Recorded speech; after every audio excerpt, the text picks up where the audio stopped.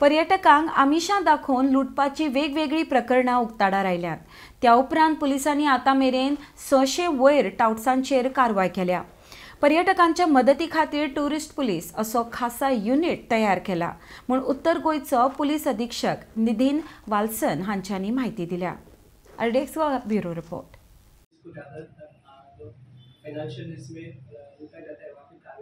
Yes, we have taken action against two hotels. Two hotels के खिलाफ हमें complaint मिला था. कंप्लेंट मिलने पर इमीडिएटली हमने एफआईआर रजिस्टर किया. जिन लोगों ने प्रॉब्लम क्रिएट किया उनको हमने अरेस्ट भी किया.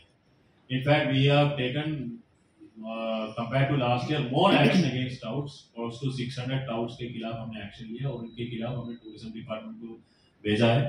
Other than that, tourist police एक स्पेशल यूनिट हमारा है टूरिस्ट के सपोर्ट के लिए. They have been also given this exclusive duty to keep a check on the touts. They have been strengthened. Tourist police की strength है उनको बढ़ाया गया.